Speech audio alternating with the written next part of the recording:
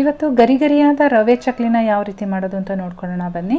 ತುಂಬಾ ಚೆನ್ನಾಗಿರುತ್ತೆ, ತುಂಬ ಗರಿ ಗರಿಯಾಗಿರುತ್ತೆ, ಬಾಯಲ್ಲಿಟ್ಟರೆ ಸಾಕು ಕರಳೋಗುತ್ತೆ, ಅಷ್ಟು ಚೆನ್ನಾಗಿರುತ್ತೆ ಫ್ರೆಂಡ್ಸ್. ಬನ್ನಿ ಹಾಗಾದರೆ ಯಾವ ರೀತಿ ಮಾಡೋದು ಅಂತೇಳಿ ನೋಡ್ಕೊಳ್ಳೋಣ. ಮೊದಲನೇದಾಗಿ ನಾನಿಲ್ಲಿ ಸ್ಟವ್ ಮೇಲೆ ಒಂದು ಪ್ಯಾನ್ ಇಟ್ಕೊಂಡಿದ್ದೀನಿ. ಅದಕ್ಕೆ 2 ಕಪ್ಪು ನೀರು ಹಾಕ್ತಾ ಇದ್ದೀನಿ. ಇವಾಗ ಇದಕ್ಕೆ 1 ಟೇಬಲ್ ಸ್ಪೂನಷ್ಟು ಬೆಣ್ಣೆ ಹಾಕ್ಕೊಳ್ತಾ ಇದ್ದೀನಿ. ಬೆಣ್ಣೆ ಬದಲಾಗಿ ತುಪ್ಪ, ಎಣ್ಣೆ ಯಾವುದಾದ್ರೂ ಹಾಕ್ಕೊಳ್ಬೋದು. ಇವಾಗ ಇದನ್ನು ಚೆನ್ನಾಗಿ ಕುದಿಸ್ಕೋಬೇಕು.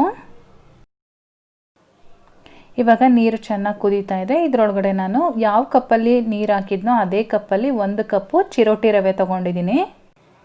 ಇವಾಗ ಒಂದು ಕೈಯಲ್ಲಿ ನಾವು ರವೆನ ಈ ರೀತಿ ಸ್ವಲ್ಪ ಸ್ವಲ್ಪನೇ ಹಾಕ್ಕೊಂಡು ಇನ್ನೊಂದು ಕೈಯಲ್ಲಿ ತಿರುಗಿಸ್ಕೊಳ್ತಾ ಬರೋಣ. ಗಂಟುಗಳು ಆಗದೆ ರೀತಿ ನಾವು ತಿರುಗಿಸ್ಕೋಬೇಕು. ಮೀಡಿಯಂ ಫ್ಲೇಮಲ್ಲಿ ಇಟ್ಕೊಂಡು ಈ ರೀತಿ ತಿರುಗಿಸ್ಕೊಳ್ತಾ ಬನ್ನಿ, ಗಂಟುಗಳು ಬೀಳಬಾರ್ದು.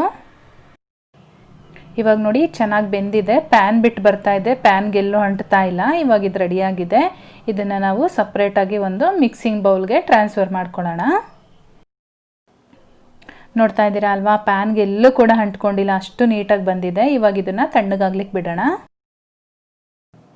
ರವೆ ಎಲ್ಲ ಸ್ವಲ್ಪ ತಣ್ಣಗಾದ್ಮೇಲೆ ನಾನಿಲ್ಲಿ 2 ಕಪ್ಪು ಅಕ್ಕಿ ಹಿಟ್ಟು ಹಾಕ್ತಾ ಇದ್ದೀನಿ. ನಾನು ಯಾವ ಕಪ್ಪಲ್ಲಿ ರವೆ ಹಾಕ್ಕೊಂಡಿದ್ನೋ ಅದೇ ಕಪ್ಪಲ್ಲಿ ಅಕ್ಕಿ ಹಿಟ್ಟು ಹಾಕ್ಕೊಂಡಿದ್ದೀನಿ. ಹಾಗೆ 1 ಟೇಬಲ್ ಸ್ಪೂನಷ್ಟು ಜೀರಿಗೆ, 1 ಟೇಬಲ್ ಸ್ಪೂನಷ್ಟು ಬಿಳಿ ಎಳ್ಳು ಹಾಕ್ಕೊಂಡಿದ್ದೀನಿ. ಜೊತೆಗೆ ರುಚಿಗೆ ತಕ್ಕಷ್ಟು ಉಪ್ಪನ್ನು ಕೂಡ ಹಾಕ್ಕೊಳ್ತಾ ಇದ್ದೀನಿ. ಹಾಗೆ ಇಲ್ಲಿ ನಾನು 1 ಟೇಬಲ್ ಸ್ಪೂನಷ್ಟು ಖಾರದ ಪುಡಿ ಕೂಡ ಹಾಕ್ತಾ ಇದ್ದೀನಿ. ಇವಾಗ ಇದನ್ನೆಲ್ಲ ಒಂದ್ಸರಿ ಚೆನ್ನಾಗಿ ಮಿಕ್ಸ್ ಮಾಡ್ಕೊಳ್ಳೋಣ. ನಿಮಗೆ ಕಲರ್ ಇಷ್ಟ ಆಗಲಿಲ್ಲ, ಖಾರದ ಪುಡಿ ಬೇಡ ನಮಗೆ ಅನ್ನೋದಾದರೆ ನೀವು ಕಾಳು ಮೆಣಸು ಬರುತ್ತಲ್ಲ ಅದನ್ನು ಕೂಡ ಪುಡಿ ಮಾಡಿ ಹಾಕ್ಕೊಳ್ಬೋದು. ಇವಾಗ ಇದಕ್ಕೆ ಸ್ವಲ್ಪ ಸ್ವಲ್ಪನೇ ನೀರು ಹಾಕ್ಕೊಂಡು ಚೆನ್ನಾಗಿ ನಾದ್ಕೋಬೇಕು. ತುಂಬ ಗಟ್ಟಿಯಾಗೂ ಮಾಡ್ಕೊಳಕ್ಕೆ ಹೋಗಬೇಡಿ ಅಥವಾ ತುಂಬ ತೆಳುವಾಗಿ ಮಾಡ್ಕೊಳಕ್ಕೆ ಹೋಗಬೇಡಿ. ನಾವು ಚಪಾತಿ ಹಿಟ್ಟು ನಾದ್ಕೊಳ್ತೀವಲ್ಲ ಆ ಕನ್ಸಿಸ್ಟೆನ್ಸಿ ಇದ್ದರೆ ಸಾಕಾಗುತ್ತೆ. ನೋಡಿ ಇವಾಗ ಇದು ರೆಡಿಯಾಗಿದೆ.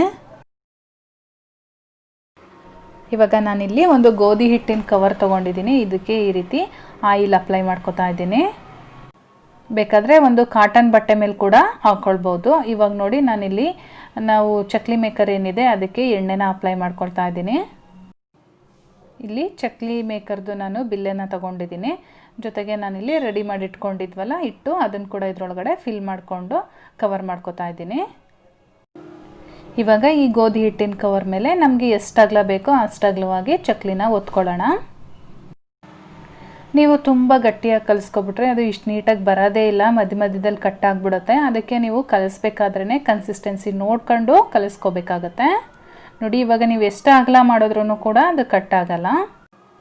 ಈ ಟೈಮಲ್ಲಿ ಎಣ್ಣೆನೂ ಕೂಡ ಪಕ್ಕದಲ್ಲಿ ಬಿಸಿಯಾಗೋಕ್ಕೆ ಇಟ್ಟಿರಿ. ಇವಾಗ ನಾನು 1 ಬ್ಯಾಚು ಈ ರೀತಿ ಚಕ್ಲಿ ಒತ್ಕೊಂಡಾಗಿದೆ. ಈ ಕಡೆ ಎಣ್ಣೆ ಕೂಡ ಬಿಸಿಯಾಗಿದೆ. ಇವಾಗ ನಾವು ಒತ್ಕೊಂಡಿರೋ ಚಕ್ಲಿನ ಎಣ್ಣೆಯಲ್ಲಿ ಒಂದೊಂದೇ ಹಾಕ್ಕೊಳ್ತಾ ಹೋಗೋಣ. ಎಣ್ಣೆಯಲ್ಲಿ ಹಾಕಿದ ತಕ್ಷಣ ನೀವು ಮಗ್ಚಾಕಕ್ಕೆ ಹೋಗಬೇಡಿ, ಒಂದು 5 ನಿಮಿಷ ಹಾಗೆ ಬಿಡಿ. ಎಣ್ಣೆಗೆ ಎಷ್ಟು ಹಿಡಿಸುತ್ತೋ ನೀವು ಅಷ್ಟನ್ನು ಕೂಡ ಹಾಕ್ಕೊಳ್ಬೋದು.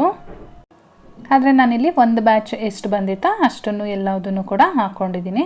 ಇವಾಗ ನಮಗೆ ಇದು ಸ್ವಲ್ಪ ಗೋಲ್ಡನ್ ಬ್ರೌನ್ ಆಗಬೇಕು, ಅಲ್ಲಿವರೆಗೂ ಬೇಯಿಸ್ಕೋಬೇಕಾಗತ್ತೆ. ನಿಮಗೆ ಗೊತ್ತಾಗಲಿಲ್ಲ ಅಂದರೆ ನೋಡಿ ನೊರೆ ನೊರೆ ಬರ್ತಾ ಇದೆಯಲ್ಲ, ಈ ನೊರೆ ನೊರೆ ಏನು ಬರ್ತಾ ಇದೆ ಇದು ಕಂಪ್ಲೀಟಾಗಿ ಕಡಿಮೆ ಆಗುತ್ತೆ. ಆವಾಗ ಅಲ್ಲಿಗೆ ಬೆಂದಿದೆ ಅಂತೇಳಿ ನಾವು ಅರ್ಥ ಮಾಡ್ಕೊಂಡು ಅದನ್ನು ತೆಗಿಬೋದು. ಮೀಡಿಯಂ ಫ್ಲೇಮಲ್ಲಿ ಇಟ್ಕೊಂಡು ಬೇಯಿಸ್ಕೊಳ್ಳಿ, ಇಲ್ಲ ಅಂತ ಅಂದರೆ ಒಳಗಡೆ ಬೆಂದಿರೋದಿಲ್ಲ, ಮೇಲ್ಗಡೆ ಮಾತ್ರ ಬ್ರೌನ್ ಕಲರ್ ಆಗಿರುತ್ತೆ. ಒಂದೊಂದು ಕಡೆ ಒಂದು 5-5 ನಿಮಿಷ ಬೇಯಿಸ್ಕೊಂಡ್ರೆ ಸಾಕಾಗುತ್ತೆ ಫ್ರೆಂಡ್ಸ್. ನಾನು ಮೊದಲೇ ಹೇಳ್ದಂಗೆ ನೊರೆ ನೊರೆ ಏನು ಬರ್ತಾ ಇತ್ತು ನೋಡಿ ಅದು ಕಂಪ್ಲೀಟಾಗಿ ಕಡಿಮೆ ಆಗಿದೆ. ಇವಾಗ ಇದು ರೆಡಿ ಕೂಡ ಆಗಿದೆ. ನಾನು ಇದನ್ನು ಡೈರೆಕ್ಟಾಗಿ ತೊಗೊಂಡು ಒಂದು ಟಿಶ್ಯೂ ಪೇಪರ್ ಮೇಲೆ ಹಾಕ್ಕೊಳ್ತಾ ಇದ್ದೀನಿ.